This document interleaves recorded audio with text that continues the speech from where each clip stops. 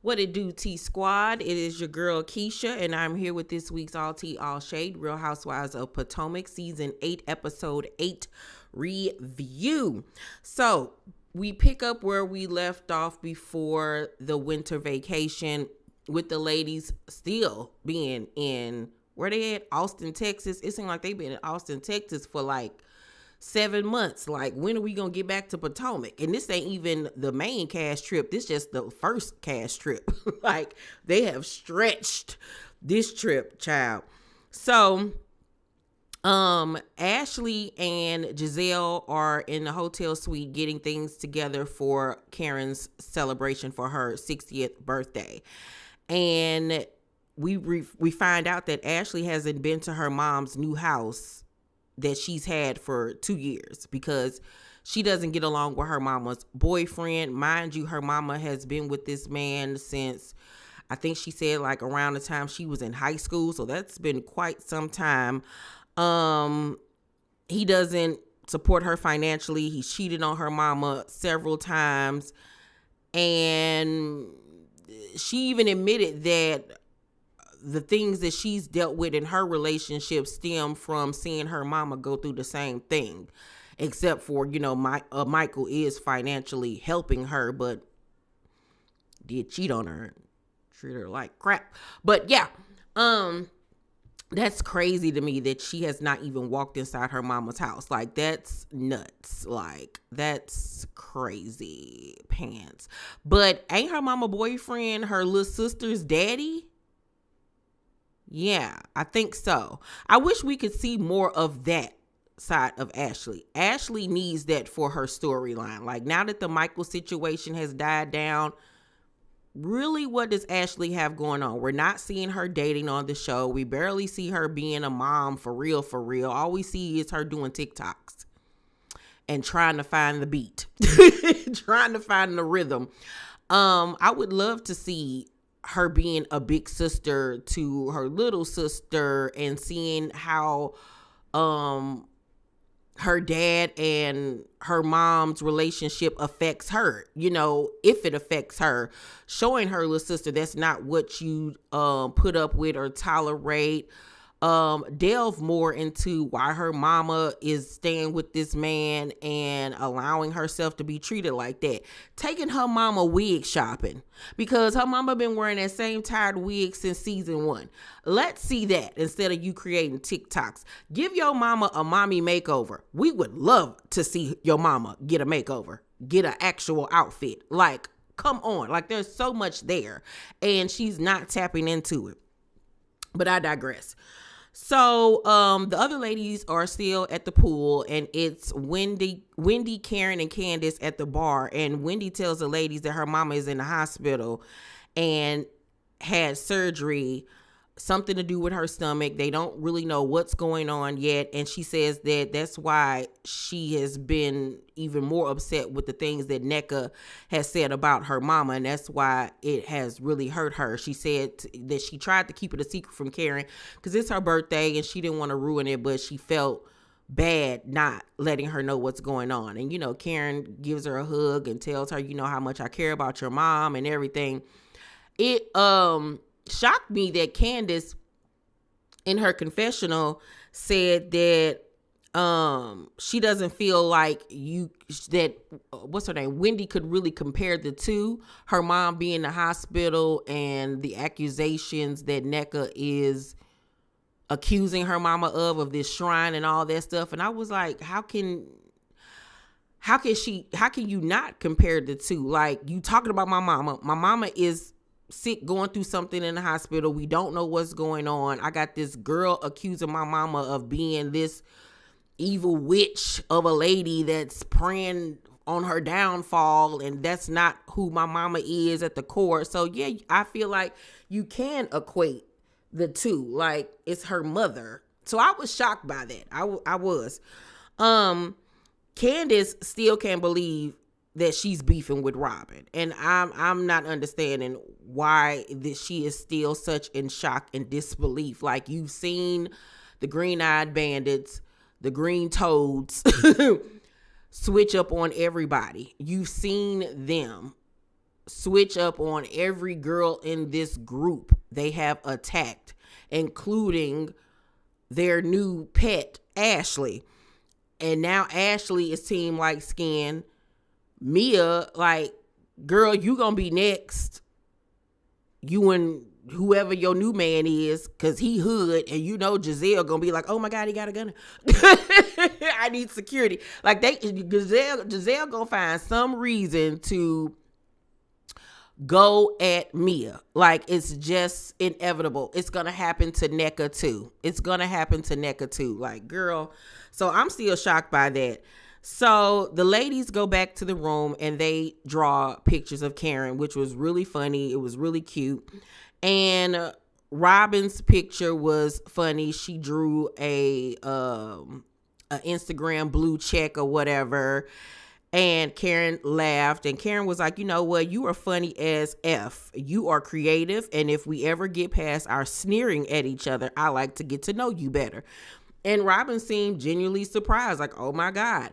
And Karen is really showing this chick grace. She really is. And that's why this season is such a disappointment. It really honestly is a disappointment of a season, because y'all have let this slithering snake right on through and have really not held any of the things that she's done accountable. Y'all voiced it one time and ain't talked about it since. And now she's walking around looking like Diary of the Wimpy Kid. Everybody wants to say something to me. Like, y'all better step it up at this reunion, because this has been a crap fest of a season. It really honestly have. So the ladies go to dinner that night, and this is why it's even more aggravating to me that y'all keep letting Robyn slide with her mess when she still stay effing with y'all. So Ashley brings up Candace being emotional in the car the night before about her friendship with Robyn and how she was tearing up and all this, that, and the third. But before that, she was bashing her on social media. So basically it was like, how you go from talking crap about her online to in the car sniveling and crying about, I miss my friend and I care for her and all of this type of stuff. So, which is a good question. A really good question, you know. But it seems like Candace is one of those people that when she's hurt by somebody, she lashes out to not seem weak, you know. But obviously she really cared a lot about her friendship with Roberto child. So Candace was like, I'm not addressing you anymore, to Ashley. And Ashley was like, you could dismiss me all you want. The difference between me and you is I say it to the group and you say it on the internet. Okay, Ashley. Candace was like, if you want to continue to talk, you can talk to my aunts. And Ashley was like, then let me see that walk, what would she say? While you walk away or whatever. And I was like, okay, the second read wasn't as good as the first, but okay, girl. So Wendy then asks Robyn, does she have anything that she wants to say to Candace? Like, this is the time for y'all to try to talk this thing out. And she says no, but then proceeds to turn to Ashley and talk to Ashley about the fact that what Candace did to her was unforgivable. Like, passive aggressive, silly, idiotic, childish behavior. If you ain't got nothing to say, don't say nothing at all. Don't sit up here and have a conversation about me to the next chick sitting next to you and I'm sitting right here and we could talk to each other. And this is why I'm looking at y'all like y'all stupid. Y'all stupid for letting her pass. Because y'all should have been ramming y'all size 8 shoes down her throat, because she stay coming for y'all. So if my thing is with Robyn, if you don't want no smoke, if you don't want to talk about your situation, you don't want to do this, you don't want to do that, leave me alone. I haven't done anything to anybody. My marriage doesn't affect y'all. What I did doesn't affect y'all. Then shut up. Don't talk about none of it. Shut up. So Robyn was like, none of us should use social media to weapon as to weaponize against each other. And Candace was like, but it's okay to weaponize against me and my husband. The line is always moving. And that's the truth. That is the truth. And that's the truth with a lot of these reality shows with these cliques where we could do it, but when you do it, it's a problem. And last season, Giselle did use this Chris situation and talked about it in interviews and on her podcast and all of these things. Like, so don't sit up here and act like y'all don't say stuff. Y'all just don't go as hard as Candace does, because she reads y'all for filth and y'all can't really read. But don't act like y'all don't discuss these things. So, mind you, when she was saying that, she was like, the line is always moving. And she banged her hand on the table. And Robyn gets up, takes a sip of her drink, telling some, okay, I'm leaving. I'm gone. I'm full. But she really walks out of the restaurant and goes outside and sits down at a table by herself. Once again, Diary of a Wimpy Kid. So Giselle says that she gonna give her a minute. And Karen was like, she fine. And Mia disagrees, like, no, she's not fine. And Karen was like, to value her tears over Candace, I'm not buying it. And Mia says no, but she's going through a lot and we're being schmitty friends by not supporting her. And Karen was like, Robyn has decided it's okay with her. So what are we supposed to do? Basically meaning she said to us in our face, basically, my husband can do what he want to do and I'm going to continue to make excuses for him. So really y'all can miss me with that. Like, what do you want us to do with the fact that she wants to be a perpetual victim and a dummy? So she fine. And I'm with Karen on that. So we then see Robyn sitting out there by herself and she FaceTime Juan. Why she continues to call this man, FaceTime him, is beyond me, because all he gonna do is make her look like the jackass that she is. He makes her look stupid every single time. You would think that she would have learned by now. Oh my God, baby girl, read the book. He's just not that into you. Robyn need to think like a man, act like a woman, and reverse it, honey. Act like a woman and think like a man. Wait a minute. No, think like a woman, act like a man. That's what she needs to do. Think like a woman and act like a man. Like, girl, be the man that you are, because you are getting on my nerves. So she FaceTimed him and was like, why I can't see you? And he was like, I don't know. And she was like, what are you doing? Like, that right there was so telling in that scene. Because when she couldn't see him, that heartbeat got to bump, bump, bump, bump, bump, bump. She was like, well, I can't see you. And he was like, I don't know. She was like, what are you doing?